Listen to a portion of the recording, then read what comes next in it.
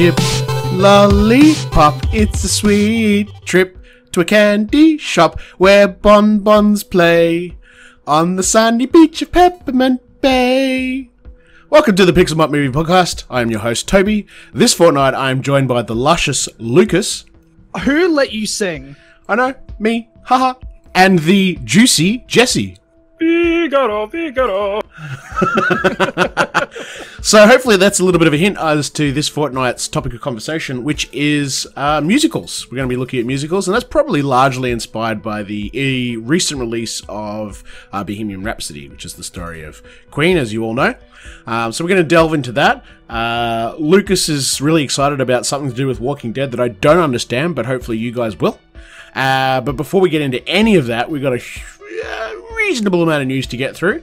Normally we'd hand that over to Ethan, but he's off in fairer pastures across the water in New Zealand this fortnight. I wouldn't say that they're fair.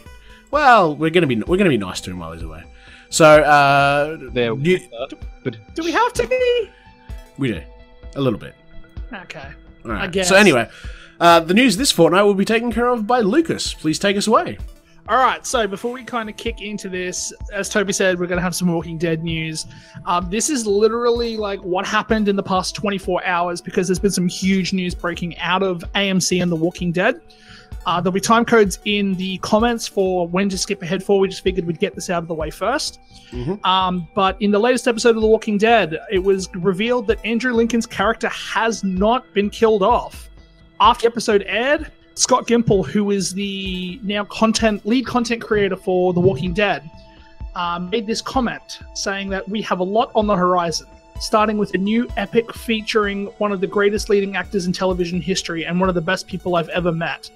These films are going to be big evolutions of what we're doing on the show, with scope and scale of feature. We're going to start with the first part of this continuing story of Rick Grimes, and there is so much more on the way, featuring yet unseen worlds of The Walking Dead and faces from the show's past, as well as characters we hope to become fan favorites, told by Walking Dead veterans and emerging voices. We want to break new ground with different, distinct stories, all part of the same world that's captured our imaginations for nearly a decade of the dead.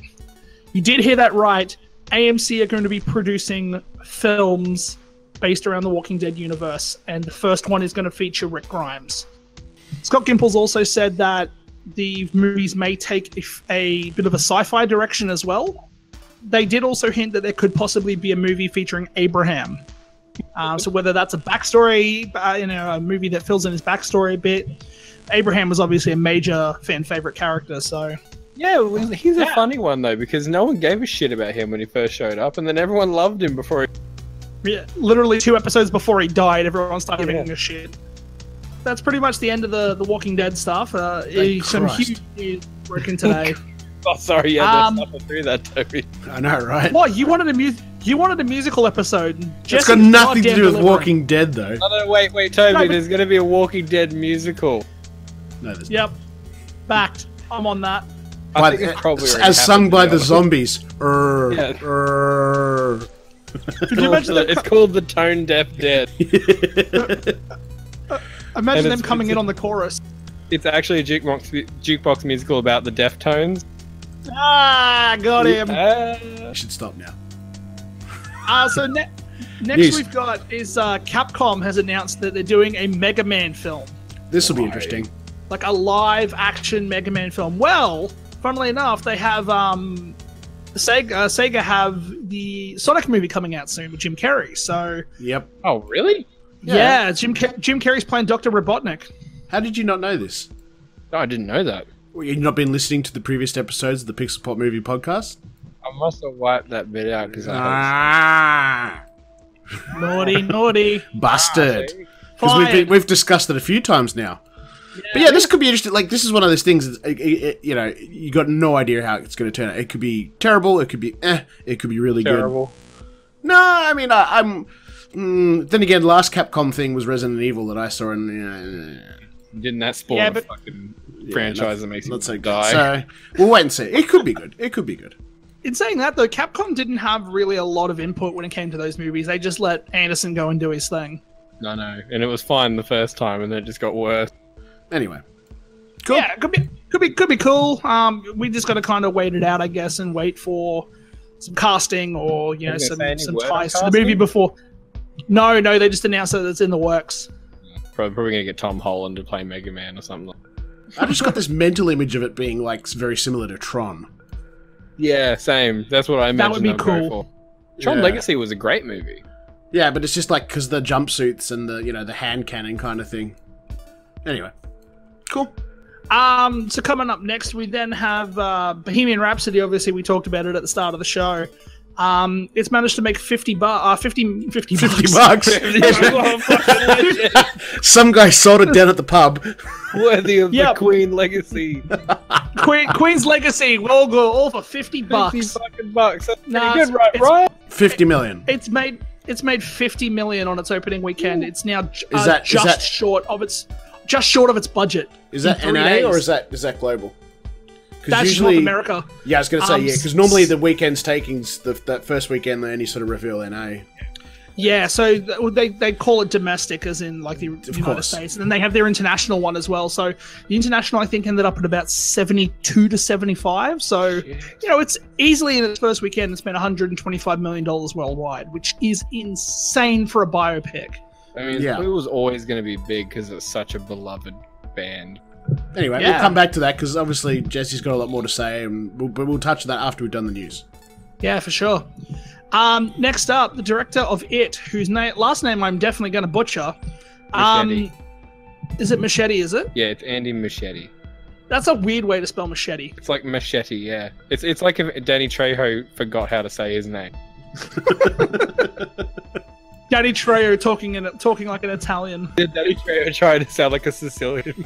He's too busy playing Magic the Gathering Arena these days. Yeah. But he's been put on to direct the Attack on Titan movie for Warner Brothers. The only thing I can say in regards to this is I hope it is better than that god-awful Japanese one that they did, because that was trash. Fucking shit. Now, if I was an old, ignorant dude, haha, Attack on Titan's an anime, isn't it? Yes. Yeah, I thought correct. So. Yeah, and the anime got really, really popular. I think it took about 2 or 3 years to do the second season, and there was massive uproar. But now it sounds like they're starting to really move fast on the anime because that's right. I remember that's the giants walking around the countryside and all that jazz. And they've done some video games. Yeah, naked people. Yeah, this is all coming back to me now because I haven't watched it or played it. But yeah, I've seen our articles, so now I understand. Cool. Yeah. Where'd you read those articles again? PixelPopNetwork.com.au. Even if you're not an anime fan, the storyline throughout the anime is pretty good. If you're not someone that would normally watch something that's animated, I'd still recommend giving it a watch because the story is super interesting. Up next, we've got Alexander Skarsgård from True Blood has officially joined on to Godzilla vs. Kong. And a bunch of other shit. Yeah, I mean, he's done heaps of stuff. He did that Tarzan movie and stuff, but probably most notable from True Blood. That's where all the thirsty vampire girls will know him from. Yeah, well, Ethan's already dribbling over Godzilla vs. Kong. He's hyper keen for this one. Yeah, man, the original, that 2014 Godzilla, if you guys haven't seen it yet, definitely go watch it. Which one? Skull, the 2014 Godzilla. Oh, sorry, I thought you were talking about Kong Skull Island. No, the 2014 Godzilla was fantastic. Oh yeah, it is great. And then Kong Skull Island was still pretty good. And then if you watch the end, the post-credit scenes, they kind of start getting into Monarch and getting into all the Godzilla stuff to kind of lead into that. I was going to say, anyone that wants to know how I feel about Kong Skull, I can just go read my review. Next up, who was it? James Mangold confirmed that Boba Fett is no longer in development as a film. It was just if I heard the sound of millions of people screaming all at once and then silence. That would just be like the Obi-Wan movie all over again. Yeah, so obviously Boba Fett's... I mean, I'm not a huge Star Wars person, as you know, but that's obviously a pretty big blow to Star Wars fans. Fett's is a big character, and he's a fan favourite, so... It's a bit odd that Disney decided to sort of pull the plug on that one. I feel like Disney are really giving a middle finger to Star Wars fans right now. But I mean, do you think it's based off Solo? Results from Solo? I actually think it has something to do with the fact that the Disney Play streaming service has that Mandalorian TV show coming. So I feel like rather than putting Right. Boba Fett to his own movie, they're going to do a TV show on the Mandalorians, and Boba Fett is going to be a lead. Well, it's going to be a major character in it. Yeah, I Do mean, you think they might be hedging their bets as well in like a Netflix kind of way, where they're like, if we make a movie about Boba Fett now, and it does shit, or it does really well, and then we make a Boba Fett in the Mandalorian series, and people like that version more, which actor are we going to keep? Possibly. Yeah, maybe if they leave it for now, and then they fuck up with Boba in the TV series, they might be like, oh, it doesn't matter, we'll make a Boba Fett movie. And everyone. I think too. There's also the possibility that, I mean, Disney are just looking to launch with just huge names and shows and movies. I mean, the Marvel stuff that they're doing with the proper MCU cast and all this sort of jazz, like. So it's possible they just sort of looked at it and went, look, maybe we wouldn't make enough money. I know there was some talk about they wanted to slow down Star Wars movie production, like it was going too fast. They wanted to sort of apply the brakes a little bit. So maybe they're just taking a breath, like you guys have said, maybe they want to see how he goes in the TV show first. I doubt they're going to bench the guy permanently. He's just too popular. He'll definitely be back. It's just a case of maybe Disney are reassessing what medium they want to present him in. Like it might end up being, if they think Boba Fett's that big, and let's say he arguably is, maybe they want to do a direct to Disney streaming film, just to help really boot the series into action, like the service into action, streaming service into action. That's what I mean. Like if you go, hey, we're going to do the first 12 months of Disney streaming at home, and then for Christmas 2020, Boba Fett movie, like win. Yeah, so many people. So you just there's a possibility of that, I guess. Yeah, that's what I'm saying. But anyway. Yeah, I wouldn't be too disappointed. It's not like there's no way Disney's going to bench him forever. No way in hell. Yeah, no, not for sure. It's crazy too to think that like the character has 5 or 6 lines of dialogue, and he's probably one of the most like over people in the entire universe. Like everyone just loves Boba Fett just because he's such a fucking badass. Yeah. Toy sales, man. That's it. It's the fucking toys. And then in the last piece of news, this kind of sits in more of like the why the fuck is this happening?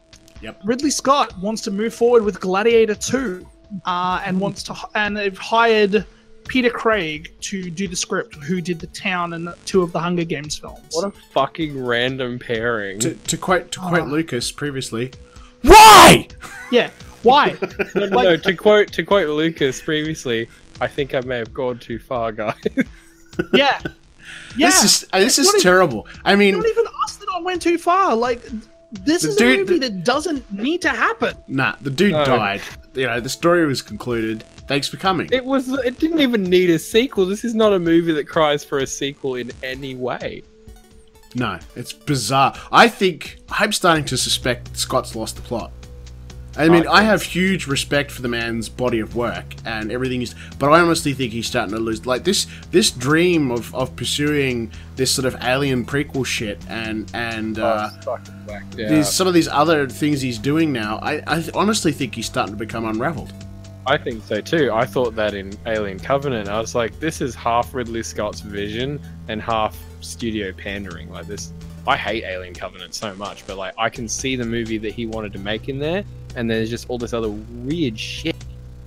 Yeah, it's an odd move. I don't know why he's doing it. I think there's better things than that. I honestly think we see this in sort of older actors and older directors where they want to sort of revisit the youth. And there's somebody myself who's getting older. I mean, shit, I'm only 40, but I can understand that to a degree. Like, there's that desire to recapture your youth.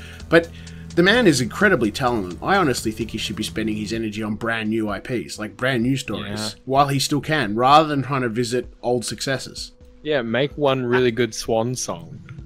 Or whatever. Absolutely.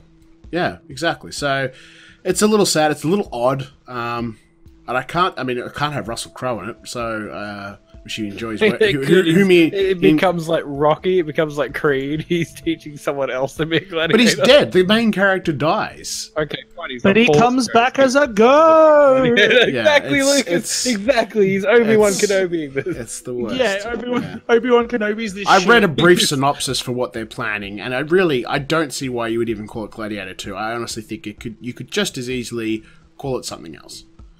Or call it Blood and Sand. Yeah, Call it or, Gladiator 2 Electric Boogaloo. Exactly. Gladiator 2 Roman Boogaloo. yeah. Anyway. Or they'll call it something like Et tu Brute. All right, so moving on. Now we've got a couple of bits of DC news. One of them is pretty big, and I'm kind of hoping that this is what will reset the universe. But we're gonna go to the other piece of news first. Wonder Woman 84 has been pushed back to summer 2020. Yeah, that's nice. Which is hey, That's nice. Don't care. I mean, Wonder Woman 1 was great. It was. It was. Man, everything I've been hearing about what's going on behind the scenes, apparently they want to make this Flashpoint. Why? What the fuck? Because they've lost Henry Cavill. Chances are they're going to lose Ben Affleck. Realistically, Gal Gadot is the only one that's left. And out if of she's the Trinity, smart, out of the and if she's smart, she'd get the hell out, I think. She should. Honestly, She should. like, I've Because been if- backing DC from the beginning, but what the fuck are they doing? Like, the original Wonder Woman springboarded her in a big way. I mean, she'd already done quite a bit of stuff, but it really springboarded her. She should have just taken that and gone, thanks, guys, and then moved on. yeah. But, you know, she might have signed a contract and they might not have given her the first film unless she signed that contract. We don't know what's going on she behind the probably scenes. did sign a contract. So, you know. But, yeah, this has I got mean, all the Affleck hallmarks did. of being cringeworthy. It really does. I hope Yeah. I'm wrong. I desperately hope I'm wrong, but everything I've seen just says cringeworthy. Maybe, hey, look, but then, you know, let's try and put a positive silver lining on this. Maybe the 2020 pushback is so that they can go in and just fix up, you know, any potential mess that's you know, there. It's Tighten the because they script up. hired fucking Joss Whedon again. Why? And he wants to do his own cut and bring in his own writers and cast Sarah Michelle Gellar. Oh my god. No, not Recut- Sarah Michelle recut. Gellar, fucking Summer Glau. Yeah, Summer Glau as Sarah Michelle Oh, Gellar. As Summer Wonder Glau is now Wonder Woman. Oh, That's it.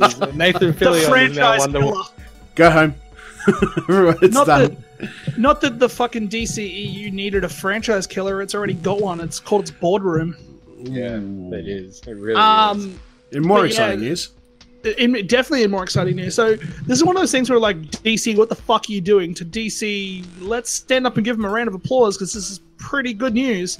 It's like the dog learned to shit outside. Good job. You did a fucking normal thing, you fucking idiot. Oh boy. DC have cast Ewan McGregor in the Birds of Prey film as Black Mask. This is awesome. It is. So spoilers, well, not spoilers, but for those who aren't familiar, this is your villain character. Yeah. Yes, he Such an 100% will be the villain. underappreciated Batman villain. For sure.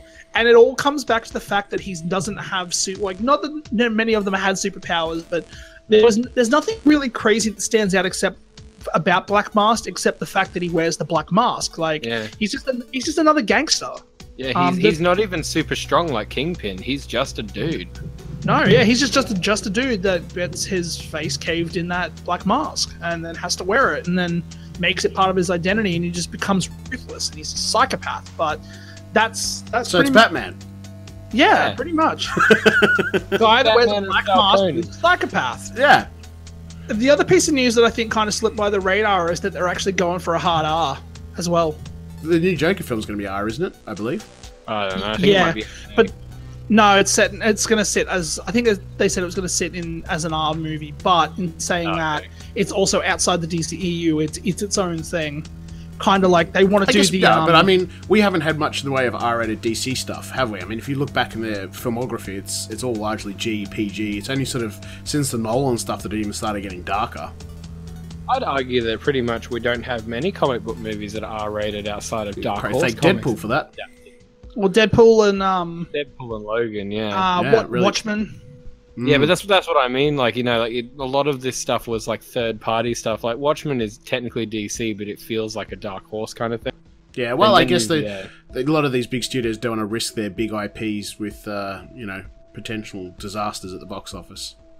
Which is funny that anyone would look at Watchmen like it's a big IP because no one knew what the fuck it was. It wasn't a comic book. But No. Anyway, so I believe you have some moving Marvel on- news. We got a couple of big pieces of Marvel news. Probably the biggest one is that Avengers 4 has secretly cast Catherine Langford from 13 Reasons Why in an undisclosed role.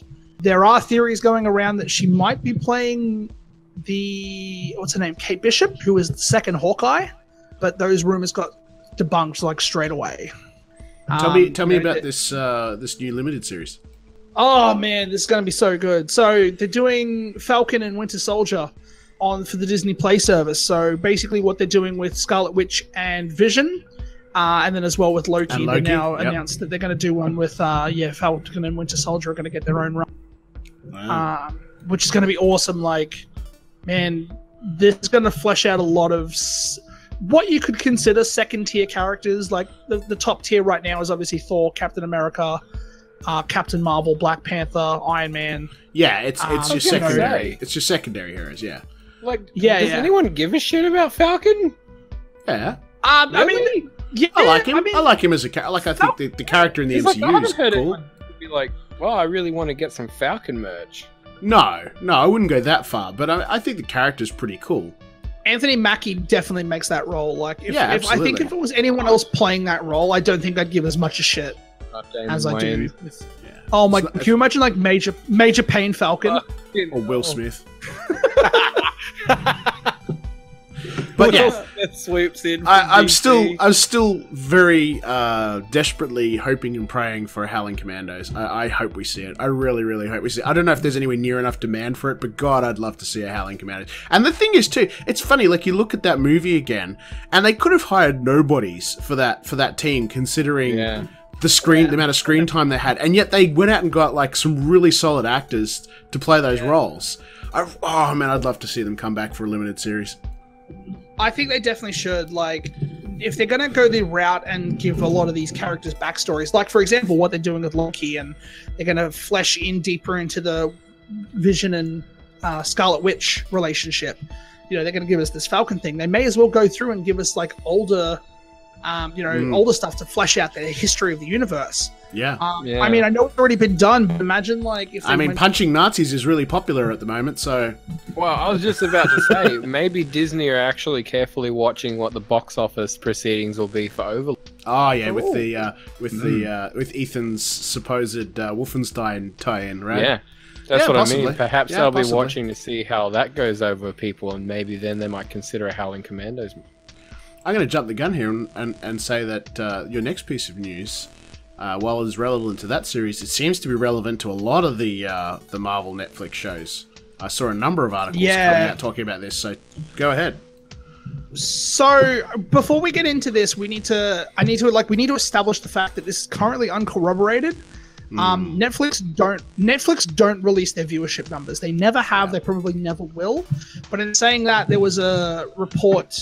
It was a third-party website that had used certain tools and whatever have you, shenanigans, to be able to sort of monitor like traffic and clicks and like hyperlink clicks and stuff like that. And from that, they generated information and data as to suspected people watching different Netflix shows. It was what the take I took. I don't know if you took that from the article. That's kind of how I spread it.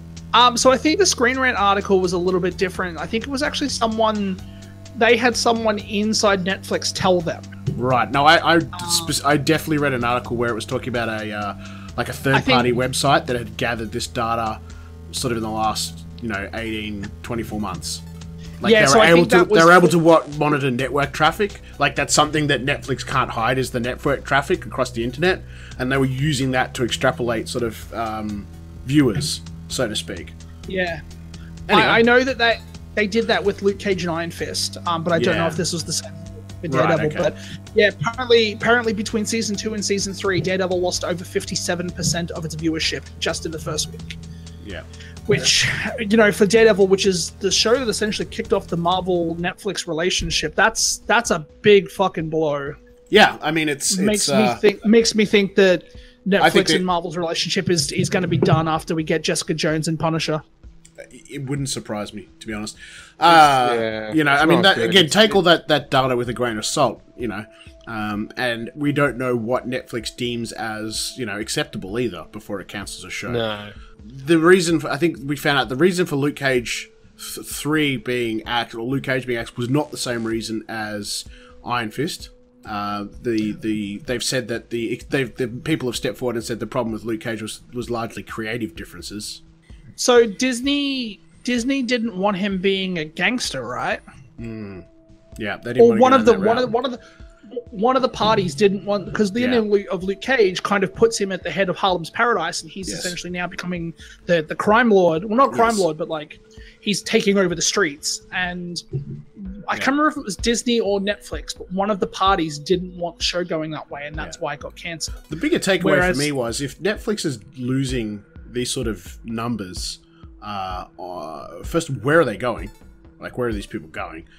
Secondly, if this is what's happening now, once we see things like Disney arrive and other streaming services, you know, the DC one and all the rest of it, which has recently come into America, like, it doesn't bode well for them. So, yeah, that's actually exactly what I was about to say before. You know, not just in Marvel, but other shows. No, when you guys were saying like that Daredevil was essentially what established the Netflix Marvel relationship so solidly, I'd argue Daredevil also established a massive amount of Netflix's viewer base. Absolutely. As well. I mean, a lot of us signed up, got into Netflix for that. Yeah, and I think it's too. I again take these results with a grain of salt, because a lot of the data I sort of was reading through, it talked about shows that bring signups. You know what I mean? Like, so... No, not existing subscribers. It doesn't really... Yes. So it didn't really sort of factor in existing subscribers. So it was really just people that went, cool, I don't have a subscription to Netflix. I want to see Daredevil Season 3. I'm going to subscribe and watch Daredevil Season 3. So, you know, there's you could read between the lines quite a bit there. So, I guess we'll wait and see. I mean, I don't think... It's probably a little too soon for a Daredevil announcement, but surely I think if we will know pretty early next year what's going on. Well, in saying that though, they did announce Jessica Jones like within like 2 weeks of the end of season 2. Yeah, true. Like, you know, it was super quick. Something I mean, look, if it happens, it happens. We had a pretty good run. Like, I was very happy with how season 3 Daredevil rounded out. So, you know, if they decide to end there, you know. Something else I did notice from the Jump Shot report as well. So Jump Shot is the crew that did the like the click comparison that Toby was talking about. Apparently, Daredevil Season 2 is Netflix's most watched Marvel series since 2016. Really? Yeah, Season 2. What the hell? That's fucking random. Which, if you think about it, right? So we had Season 2 of that. You had Season 2 of Jessica Jones. You had Luke Cage 1, Luke Cage 2, Iron Fist 1, Iron Fist 2, and Defenders. All in that time. So that's pretty much it for the news, but we do have some trailers that have come out. I like trailers. This one's not so much a trailer, but it's a keyword makeup test. The Witcher. Oh boy. Isn't that getting thrown around now? Holy shit. There's one fucking Joaquin Phoenix video and everyone's doing makeup. Yeah. I think too, because I think they must have done it because there was also a lot of people thinking, like, you know, that Cavill can't pull this off, that he's a miscast, all the rest of it. Yeah. You know, I would also stress heavily that it's a makeup test. So there's no CG, there's no post, there's nothing here. It's just makeup. You know, people said he doesn't have his cat's eye. Exactly what I've been saying. He doesn't have his cat's eye pupils. He's wearing contacts, but I mean... He doesn't need cat's eyes all the time. The Witcher doesn't have cat's eyes all the time. Yeah. And when they do choose to use them, it'll probably be a CG effect, more than likely, right? Yeah, they're not going to put mechanical fucking, you know, contacts in his eyes. They're saying he doesn't have the scar. Well, look, that scar, if they do it practically, is going to be a prosthetic. So that's right. That's one thing. Test. 2, they may end up just doing it digitally and just put a couple of white dots on his face. Or 3, the whole thing could be set pre, you know, the games, because he doesn't get it in the games until a certain point, right? It may be set when he's younger, before he gets the scar. So stop jumping up and down and, you know... Something that I said to Ethan, because we were talking about it last weekend, that I'm pretty sure this series is set before the books. Yeah, I'm pretty sure it is. The books are set, I think, just before the games kick off. They kind of overlap with the games. Yeah. Like I'm not sure where some of the books line in, but I know like there'll be like I think 1 or 2 books pepper in between a couple of the games and stuff. But yeah, I feel really spoiled here though because I haven't read the books. I know they're originally in Polish, but I haven't read the translations, of course. And I barely played the games. I played a little bit of the first one. But actually I feel spoiled because I'm going to be able to go into this TV show and just enjoy it for the TV show and not what it sit is. there and not sit there and go, oh no, that's not like the game and that's not like the book. I feel sorry for the people because I've been on the other side of that before, where I'm passionate about the source material, so I can sort of empathize with these people a little bit. You can empathize with me. I can. Because I'm a massive. Like, anyone that knows me, I'm a big Witcher fan. I don't know. So I was. Who are you? You don't know. You don't know me, man. Know what I'm about. Who's this guy? You don't even know me. New phone. Who this? You say that I'm like okay. But like, yeah, like with this makeup test, the way I felt about it, I had that initial knee-jerk reaction that most people did, with like, "What the fuck?" And then I thought about it for a little bit, and then I thought about it and thought, and then you went, "What the fuck?" In a different way. Yeah, I thought, "What the fuck?" in a different way. I thought, "What the fuck?" is in what was the point of doing this? It isn't going to make your Witcher movie look good. Like the makeup test that they released for the Joker, which clearly this is what it's piggybacking off of, like everything else is. They want to get that sudden like hype bubble. But the way that this looked just is only going to hurt the production. They should just have not done it at all. Because like you said, it's a makeup test. So it might look like dog shit. And this one happened to look like shit. So they should have just not done it at all. Yep. Anyway, next trailer. We'll kind of knock through a couple of these, but we got Bird Box, which is the new Sandra Bullock one. Ethan, when I was talking to Ethan about this one, he said it looked like a Quiet Place 2.0. Yeah. I thought this was a new subscription box for people who like snacks. Yeah, I mean it's instead of being well, that's a little unfair because it's more of a case of the nasties aren't reacting to your noise. It's a case of they seem to get into your mind through and manipulate your vision. They trick your vision into seeing things that aren't there and causing you to have kill yourself, whatever.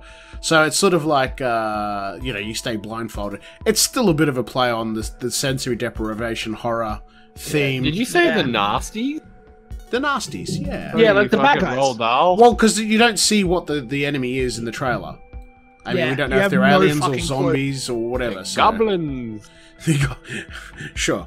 So yeah, I mean, it's going straight to Netflix. So that's fine. It's not something that I certainly wouldn't go see at the cinema. The fact that it's on Netflix, I don't mind Sandra Bullock. I'd probably say I like 80% of her stuff. So I'll watch it. Yeah. All right, next. Next one, funnily enough, so this is the only trailer that we're going to talk about that isn't Netflix, but Spies in Disguise, which is the new animated Will Smith one with Tom Holland. And Karen Gillan. Man, she blowing up. Toby's going to get fucking sick of her again. I will. Actually, I've come back because I haven't seen her. Like, I've seen her in Avengers, but she's got so much prosthetic on that I haven't seen her, you know what I mean? You haven't seen You kind of forget that it's her. Yeah, so I haven't actually sort of seen her, and I haven't watched Doctor Who in ages now. So she's fine now. She's back in. Yeah, she's back in the good books. But Spies in Disguise though does sound like it's going to be a really fun like family movie. Yeah, yeah. It feels a little bit fun. It feels a little bit Incredibles, doesn't it? I mean, they're not supers, but it's got a little bit of an Incredibles feel. Yeah, feels like Incredibles mixed with Despicable Me. Yeah, that's probably fair. Yeah. But hey, it's got a good cast, so it'll probably come out in the school holidays and look good. Yeah. The next one we got is a TV show called Tidelands. Funnily enough, filmed in Brisbane, and that's going to Netflix as well. I didn't give the trailer a watch yet. I did. Nah. What's it about? Werewolves. Nah, just kidding. It looks like sort of sirens. But modern day sirens, like that they cause sailors to crash, and I could be very wrong. I only watched it the once, but I really struggle with Australian films. I was going to say the problem is it was shot and filmed in Brisbane. Yeah, and it also looks like it has a fairly low budget. I mean, look, Australia just doesn't have the money to make Hollywood blockbusters. We don't, and so it just. It's like everything always made looks like it's made out of paddle pop sticks and ice cream containers, and it just I don't know. And the Australian accent, it's weird. But anyway, I mean, look, it'll be for some people. It's trying to be a spooky, scary, horror-y kind of thing. Kind of like what they're doing with Sabrina. Yeah, I guess. Yeah. I mean, look, we'll have the trailer in the article. You'll be able to view it yourself. Let us know what you think. I wasn't particularly inspired by it, but again, I struggle with Aussie stuff. People that enjoy Australian stuff will might get more of a buzz out of it. I'm actually having a look through this Tidelands cast list, and the casting is interesting. Yeah, it's got some Australian names. The main guy from that Cleverman show, he's the lead in it. Mm-hmm. Can we talk about the next trailer now? Because it's far more exciting. And it's also, I was about to say it's also got Elsa Pataki, who is Chris Hemsworth's wife. Yeah, it does. Yep. Who Yeah, no one outside of Australia knows who the fuck that is. Oh, So she was anyway. in Fast. She was in Fast and Furious. So Kurt Russell. Yeah, she was the Kurt Russell. So let's talk about Kurt Russell. Yeah, let's talk about. We'll talk about Santa Kurt Russell. See how I just slid right out of that. Christmas Chronicles coming to Netflix. Kurt Russell playing Santa Claus. Yes. Yeah. 5 stars I already. 5 stars. Watch this yeah, trailer. 5 stars. Absolutely. So Holy I got shit. about 30.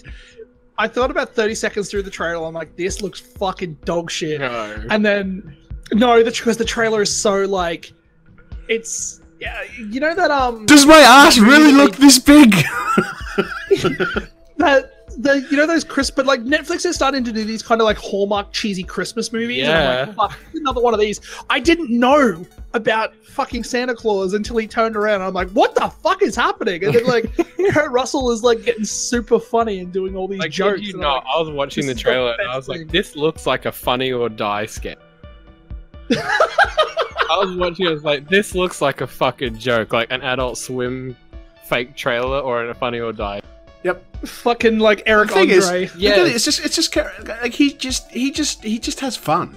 And you got to remember too, he comes from a Disney background. So I mean, like, I'm Kurt Russell. I Russell. do what the fuck I want. yeah, exactly. But he comes from a Disney background. So I mean, these sort of things aren't going to be unfamiliar to him. Either that, or maybe Kurt Wait, Russell really? saw the remake of Overboard, was like, shit, I need to save the film industry. Was it the robot that Time wore to be tennis fair. shoes? Wasn't that one of his? Yeah. Yeah. So let's do a quick spoiler-free Bohemian Rhapsody thoughts from Jesse. Lay it on me. It's good. Go see it. Here we are, fighting. Okay. Yep. No, don't sing Princes of the Universe. Okay. Why not? It's just so far from one of their best songs. All their songs are best songs. That's very true. Yeah, I mean, no, it out of is- 10. Straight up, first of all, out of 10. I would give it. Because you're normally a harsh one to please. I am. I would probably give it an 8 out of 10. Yeah, okay. That's sort of what I'm seeing by and large across the board. So that seems fair. I like the bit of me that loves Queen would want to give it 10 out of 10 for the fanfare, but stifling the fanboyism, 8 out of 10. It's a really good movie, but it's so not let's clarify. If you're a Queen fan already, it's a 10 out of 10. If you're Oh, more of yeah, a I think it would normal be a- moviegoer, it's more of an 8 out of 10. Oh, I think it could flip flop. I think if you were Okay. a hardcore Queen fan that is wanting If you're to too watch a documentary, hardcore, yeah, and if that you wanna seems to see be a the beef. documentary. It's probably a 7 out of 10. That seems to be Yeah. the only beef I've seen online is sort of people coming back and saying, look, this character didn't exist, and that's not how this happened, and that's not, and it's, but I mean, what Go watch a biopic is fucking ever one-to-one? Like, it's always streamlined and made easier for consumption and all the rest of it, and it's got to have dramatic moments, of course, or otherwise That's you lose an right. audience. So I think, Something you have to remember though as well, like when it comes to biopics, they're not one for one. That's what really happened. There are things that are added in for dramatic effect, and there are That's added right, characters. and They sub out characters for. I mean, exactly. I mean, look at Lucas's biopic. Like, in his biopic, he's a stuntman for Chris Hemsworth. Yeah, exactly. And like we all know that I was in his Thor, biopic, he killed Chris Hemsworth, and he was Thor. but like So yeah, Jesse. Any special highlights? Any particular scenes without spoilers? Any special comments? Honestly, like for me, I thought it was amazing. Okay, that's just it. Really. It's just. What about the cast? Casting, I thought was great. From beginning to like, as far as the movie goes, from beginning to end, I was consistently I was like just completely immersed in that movie. They didn't lose me at all. Rami Malek, I was really concerned about his casting because I'm not a big fan. Yeah, he's a bit of an oddball, isn't he? Yeah, and it's funny because watching him and being such a big fan of Freddie Mercury, I really like his buggy eyes. I thought this is going to be distracting, and his teeth are going to distract me, and I'm not going to be able to like forget that he's playing Freddie. But he did such a good job that for the most part of the movie, you do forget that he is playing Freddie because they're channeling the story they want to tell about Freddie Mercury so well. So I think people are going to be really surprised who weren't sure about him. He's actually pretty damn good. Right. So how many sort of doesn't songs? look How many like songs Freddie. do we get in the movie, and are they sort of played in full or? They're played, not all of them in full, but to a large majority. Like Bohemian Rhapsody's played in full. Yeah, I think there's 4 or 5 songs and the Live Aid set at the end of the movie that are played in their entirety. Right. Okay. Do they do the whole Live Aid set? They don't do the whole Live Aid set, but they do a big chunk of it. It's like 15 minutes at the end. Like 15 I was out of the about to say, 20 'cause minutes they're on stage. That Live Aid performance, I think, was about 22 minutes. It was about Like, 22 minutes and so many seconds, and because they ran overtime because people were so excited. But they do probably 90%. Right. Oh, that's awesome. It's really impressive, and I know for a fact that they used 3 different voices for the movie. As much of it as they could, they used Freddie and they lip synced, which some people didn't like, but I thought that was a good idea because the only thing that could pull you out of it more is if Rami Malek is trying to sound like Freddie Mercury, which is pretty hard. But yeah, they used Freddie, a little bit of Rami Malek, and then a voice double who actually sung for Celine Dion, and he made her cry. Wow. Yeah, he's that good. He sounds almost exactly like Freddie. You can actually find a video of him on YouTube singing Bohemian Rhapsody, and it's so close to Freddie's voice. It's pretty good. Right. Awesome. So yeah, there's a lot of love put into this. The one shining moment for me, the casting they did for Brian May is fucking amazing. He looks exactly like Brian May. It's so weird. The hair. Yeah, I've seen the like the small clips that they've released throughout, like in the lead up to the movie, and it's kind of scary how much he looks like him. It's scary. It's like, Disney, go home, don't do this de-aging shit. Just find yourself a good fucking actor that looks like somebody else, because that guy looks exactly like Brian May. It's really spooky. And the bass guitarist, little film factoid, is played by I was little about to bring Timmy. that up. Sorry, not Timmy. No, yeah, Timmy. Little Timmy from Jurassic Park. Yeah, Tim. Yeah, Tim. Yeah, he's in Facebook Little as well. Tim. He's in the Social Network movie as well, isn't he? I think so. Yeah. Pretty sure. Yeah. Yeah, He looks a little bit like Billy Boyd. So for a little bit, I was like, "Is that Pippin?" Nah, yeah, he's in Social Network as well. He's very much tried to put that movie behind him, by the way, Jurassic Park. Has he really? He shouldn't. Yeah, no, apparently he's really tried to put it behind him, which is fair enough. A lot of child actors want to move on, so. That's fair. But no, I would say absolutely everyone should go see Bohemian Rhapsody. It's a really good movie. It's a really I had good heard too. Sorry to interrupt you there. Just because my daughter's a mad Queen fan, she's been collecting their vinyl, and she went and saw it at the cinema on the weekend too. But she was telling me she was doing some reading. Apparently, there was quite a bit that hit the editing room floor that they're looking to include on the Blu-ray with deleted scenes and stuff.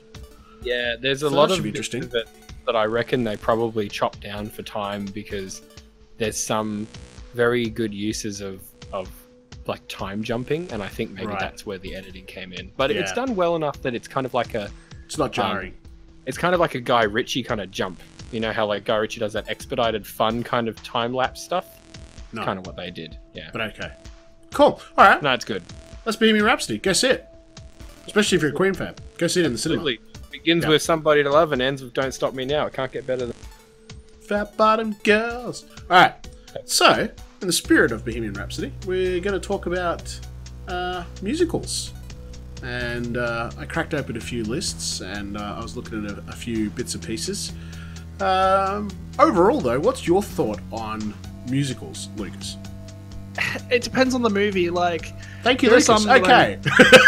I mean, it really does. Like, you know, for example, right? I'm not going to go see Mamma Mia, but I'm going to sit down and watch Rocky Horror. You know, like, it's just not my vibe. But then again, as well, like, I'll sit down and I'll watch the living shit out of Aladdin. Unpopular opinion, I think Tim Burton's a hack, and I'll never watch Nightmare Before Christmas. Thank you. Like, I think Tim Burton's a fucking hack too. Thank you. But like, I didn't mind Nightmare Before Christmas. I also liked Sweeney Todd. Oh, don't get me wrong. I like a lot of Tim Sweeney Burton Todd was movies, good. but I think Yeah. it's fucking shit. I'll give Sweeney Todd its credit. And it did have some great songs. That was really interesting. Yeah, and the songs in it were really fun. But I agree with you. Like, I'm pretty picky and choosy too, Lucas. Like, I can sort of go through and go, well, out of the classics, I like this. Out of the animated stuff, I like this. I'm not a big fan of the more modern stuff, to be honest. Like Chicago, La La Land. Like, I know Jesse's a fan of some of these. Bloody La La Land. But like, obviously Mamma Mia is a big one. There was the High School Musical series. Like, a lot of the more modern stuff, I can't quite, like the modern movies, I should say, I just can't quite digest. But overall, what's your feeling with musicals, Jesse? I love musicals. I absolutely love musicals. Yeah, you love everything. I watch anything that's a musical. I'll give it a shot. But I kind of agree with you on the modern musical front. There's not a lot of modern musicals that I came out of and was like, holy shit, that was amazing, like everyone else did. Like The Greatest Showman did nothing for me. That was just me. I've actually been told that's really good, and I haven't watched it yet. Yeah, as I like said, lots out of all the people modern loved stuff, I'd probably say Sweeney Todd was probably the only one that I really enjoyed. What about and Rock the of irony Ages? being is it's just a remake of a much older piece anyway. Yeah, have you seen Rock of Ages though? I have not. That was fun. Excellent. It's really fun. Really good movie, and it's a really good musical. It's far better than pretty much every stage show. Yeah. If you can imagine it, imagine Tom Cruise as like a full-blown fucking like Motley Crue style rock star. And he's good. Like he's actually really good. He is fantastic. That's one of the only jukebox musicals that I've seen nail every cover it did. Like it did every cover as good as, if not better than. Yeah, for sure. So I mean, it was really. What are some of your favourites then, Lucas? Like when you're thinking musicals, and I bet you there's some that you haven't even thought of, and when I name them later, you're gonna be like, oh, I completely forgot that. But what are some of your favourite musicals? Annie from 1963, Annie from 1991, Annie from 2000. I have her on my list. I mean, I don't consider it a musical, but based on like the criteria of what makes a musical, it's a musical. But like Aladdin, by far is I would still put that as a musical. One of my favorites. A lot of Disney stuff I would classify as a musical. Yeah, probably. I mean, but like Aladdin has what 4, 5, 6 songs. I mean, shit, it made a CD, so I mean, there was obviously a musical. Yeah, and it's been turned into stage shows. Another one I could probably name off the top of my head would be Grease. Right.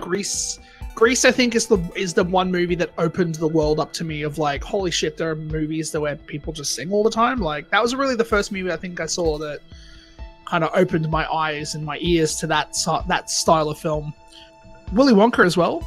Yeah, the original with Gene Hackman. Gene Wilder. Gene Wilder, sorry. Yeah, Gene Wilder. Yeah, it was great. I mean, and who doesn't know Oompa Loompa song today? Still. Yeah. Yeah, they might not know the words, but they know the exactly. I gotta say though, I think if I had to name one of my favorites, like of all time, Blues Brothers. Yes. Really? Absolutely. Yeah, fuck oath. Blues Brothers is probably one of the my best. favorites. Yeah, one of the best. Yeah, for sure. And like, just because it infuses like the way it infuses comedy and drama, and then the musical elements to it, and like. Just the way that like the plot progresses throughout the film, like the music doesn't feel too like looped into what, like not too looped in, but like it doesn't bog down the plot, but then the plot gets elevated by the songs and like it's kind of like how Muppets use. I mean, it just had everybody in it too. Let's be honest. Yeah, and everyone at the time who was a major star was in that film in some capacity. All right, so Jesse, what are some of your favorite musicals? Well, I could tell you my favorite musical easily, just depending on if people consider it a musical. Oh, it would be Labyrinth. Yes, I was going to say. Yeah, you remind me of Babe. Yeah, Babe with the power, and the power is Labyrinth. Yeah, no, absolutely. Of course, that's a musical. Labyrinth is definitely one of my favorites. Some people would argue that it's a standard film over being a musical, but I would say it's a musical. I mean, it's got like 8,000 David Bowie songs on it, so yeah. For sure. Yeah. But a close second to that for me would be Rocky Horror. Like, I love Rocky Horror, so... Yeah, I still haven't watched it. Really? After all these years. Yeah, dude, I even like Tim Curry, and I still haven't watched it. Oh, man. You're missing out. Probably. Yeah, that's a really good movie. Like, and again, like, this is the other side of the coin where, like, as much as I love the Blues Brothers for not bogging its plot down with too many songs, like, Rocky Horror Picture Show... The whole plot is the music. Yeah, it lives and dies. You know, I think there's maybe 20 minutes of dialogue that isn't song. Like everything is pretty much, and most of the dialogue leads into a song. Exactly. But no, like I would if you're gonna sit down, like if you're gonna take anything away from this conversation, like Rocky Horror is probably the musical to watch. Yeah, I think Rocky Horror And it was also and Little Shop of Horrors are probably the ones that have stayed in the cultural zeitgeist. yeah, and then as well. All right, like, so let Rocky me throw Horror- some curveballs at you then, because you sort of seem to. What about Mary Poppins? Yeah. Yeah, Mary Poppins. Like I grew up with Mary Poppins, but it wasn't really one of my favorites because again, I was growing up with stuff like Lion King, and there was so many other Disney musicals that I was growing up with that Mary Poppins was kind of like brushed to the side. The Sound of Music. Yeah, Sound of Music could be a massive one. Yeah, I mean, The Wizard of Oz. Probably one of the Wizard of biggest. Oz. Bed Knobs and Broomsticks with Angela Lansbury. See, I didn't grow up Ooh. Bed Knobs and Yeah. Broomsticks, so See, I'm throwing That's a some good ideas movie. I out there. saw it. Yeah. So, all right. Well, I've got a top 50 list here. I'm not going to read all of them because some of these movies haven't even been released yet. But it's going to throw some curveballs out there that we might have missed. And some of these I haven't even seen or heard of, so I'm going to skip them too because they're. But The Little Mermaid. So there's going to be quite a few Disney animateds, I feel here. Hercules. Yeah, of course. Into the Woods. Yeah, that's a Meryl pretty good Streep. movie. Chris Pine. Yep. Mulan. Mulan. The Wiz. Oh, fucking Michael Jackson. Yeah. Little Shop of Horrors. Yep. Tangled. Willy Wonka and the Chocolate Factory. Yep. The Lego Movie. Everything is awesome. I wouldn't consider Yeah, I that a wouldn't- musical. I wouldn't consider the Lego Movie musical. It has Well, one it's song on the that was list. absolutely Yeah. fucking massive. And then they tried to know, replicate it in the Batman movie, and it just failed Yeah. miserably. So Yeah. The Sound of Music, which we spoke about, of course. Sweeney Todd. The Demon Barber of Fleet Street. Labyrinth. Blues Brothers. Aladdin. The Book of Life. Jesse, did you ever see Trolls from 2016? No, I didn't. Oh, okay. 2012. But I'm sure it's terrible. Les Miserables. I can never say it. Les Les Miserables. Miserables. Les Yeah. Miserables. Mary Poppins, Wizard of Oz. When's Cats going to show up on this list? Well, that's interesting. Let's see. Been So Long, 2018. The Ballad of Buster Scruggs, 2018. Doesn't ring a bell. Corpse Bride. Oh, Ballad of Buster Scruggs. That's the new one. That's just Right. they just released the trailer for that. All right. A couple of Crybaby, days Johnny ago. It Depp. looks- Oh, Ricky Lake. Crybaby, yeah. Yeah, right. Lion King, Charlie and the Chocolate Factory with Johnny Depp. Moana, La La Land, Frozen, Grease, Beauty and the Beast. A Star is Born, 1954 with Judy Garland. Oh, so they're going to What do a honey. every A Star is Born. Yeah, because it's funny. Like this is done. I've sorted this by most popular, so it's interesting to see some of these older ones up here. Mamma Mia, Sing, Rocket Man, Teen Titans Go to the Movies. Yeah. So I recently just watched that. There are so many songs in that movie. Oh, they Awesome. really? That's awesome. Yeah, Wow. yeah. Because there's a song about how like Robin will never get a movie because Robin is just the sidekick and he's never a superhero. Right. Um, Rocky and then Horror there's, like- Picture Show, It's pretty fun. The Greatest Showman, The Nightmare Before Christmas. Number Of 2 course. is a 2018 film, so it's got Natalie Portman and Jude Law, called Vox Lux. Yeah, Willem Dafoe's in that too, right? Yeah, okay, yeah, he is. So I don't know if that's out yet, but that's specifically a musical. So, an unusual set of circumstances bring unexpected success to a pop star. And number 1 on this list, but obviously not conclusively, is Mamma Mia, Here We Go Again. And I have heard of people sort of singing in the cinemas at these sort of Mamma Mia movies. So Yeah. one that's Yeah. interesting that's not on that list that I read, and it's probably after Labyrinth, probably my most favorite musical of all time, and it's a proper musical, and that is Cat. No, My Fair Lady. Oh yeah. That's a good point. I have a real sweet spot for that particular story. It's just something that's always resonated with me, and I've really enjoyed it. And yeah, I've got that on DVD, and it's not anywhere on this list. So I would say I'm surprised that Sing Street isn't on there as well. That was a very it very well could be. I just because you can sort of there's 9,082 titles on this list. I just sort of put most popular and let it go at that. So I'm sure there's other lists. This was just sort of how IMDb rated it. But yeah. So yeah, I think we're all agreed. Actually, Jesse loves musicals in general. Lucas and I are a bit more picky. We do enjoy them, but we're a bit more selective. Yeah. Yeah. There was one. There's one that I heard about a little while ago. So for those that have listened to the podcast, I talk about it a lot. But I follow Steve Zaragoza. He used to do SourceFed. He's on the Valley Folk now on YouTube. He recently just did a trip to Fantastic Fest, which is this big big film festival in the States. And one of the movies that they did, I think it was like last year or the year before, was this movie called Anna versus the Apocalypse, or it was something like that. Yes. And basically the whole film it's them fighting zombies, and it's a musical. Yeah. And apparently it is hilarious and it is brilliant how it's all done. But it's like a Christmas movie or something that they've done as a horror. What, are you watching the trailer? No, Cats 2019 stars Idris Elba, Ian McKellen, Yeah. Judi Dench, James Corden. Yeah. What the hell? What the fuck? Did you not know about this? I didn't know about this. What? Yeah, the that got announced a couple of months ago that they were going to be doing a Cats like a Taylor Cats movie. Swift? Why? Yeah. Why Wow. the fuck are they doing this?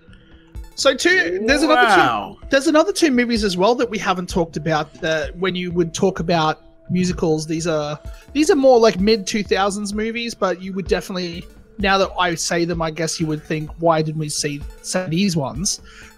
Rent. Yes. Yeah. It was on Rent's the a great list. one. It was on the list. I jumped it because I hadn't seen it. I wasn't familiar with it. Yeah, Rent's probably one of the biggest musicals on Broadway. It's one of the best musical movies as well. It's got some amazing songs. Yeah, and then the other one as well would be The School of Rock. Yeah. Yeah. Yeah, I guess that is a musical, isn't it? Yeah, man, School of Rock is like, that was my shit when I was in high school. That's such a good movie. There is one musical I would recommend to most people, especially if they're fans of Joss Whedon. There's a very underappreciated movie that he was involved with called Repo, the organic opera.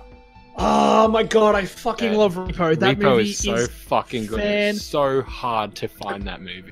If you want to like this movie here, I bet there's no way Lucas or Ethan would even have the slightest clue what I'm talking about. You might, Jesse. It's a 1976 film. It's a musical, and it has an all-child cast. I've actually got this on DVD called Bugsy Malone. Bugsy Malone? Oh, fuck. I know fucking Bugsy Malone. I used to watch that shit as a kid.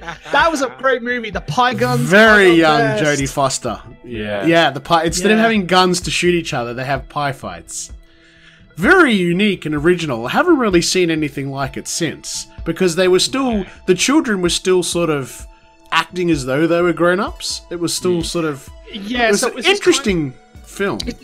It's just... for those that haven't seen it, essentially, it's... Imagine a gangster movie with kids, except instead of using guns, they're using pie guns, like cream pie guns. Yeah. It's fucking awesome. Oh, shit! We can't not mention the producers as well. Yeah. Well, we just did. Like, the first Producers with Gene Wilder isn't a musical, but the second one sure as shit is, with Nathan Lane and Matthew Broderick, and it's amazing. Another good one that no one seems to remember is, I believe it's called Captain Amazing, or Captain Fantastic. It stars Alan Arkin and Christopher Lee as the villain, and the whole plot line is that Alan Arkin is this like shitty superhero that has a drinking problem, and Christopher Lee is only a supervillain because he constantly is trying to get Captain Amazing, or whatever his name is, to drink again. I don't know that one. It's a really good movie. It's really fucking weird, and it's the songs from it are written by Richard O'Brien. Wow. Yeah, that's the first I'm even hearing about that. God, it's a good movie. All right. Well, if you have a favourite musical of your own, you should let us know in the comments, either on YouTube, SoundCloud, Facebook, our website, pixelpopnetwork.com.au. Thank you very much for tuning in this fortnight. Thank you to Lucas and Jesse for joining me. You're welcome. Thank you. Now I'm going to beat them and put them back in their cupboard. Papa, no! No, Huge Daddy, thank no! you to all of our Patreon supporters that make this podcast possible. Your donations keep us afloat, keep us alive. Thank you very much. We'll be back next fortnight with some crazy crap that we'll make up. Hopefully it's entertaining and exciting.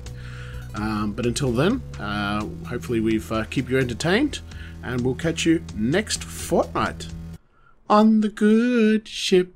Lollipop, it's a night trip into sweet. bed. You hop and dream away.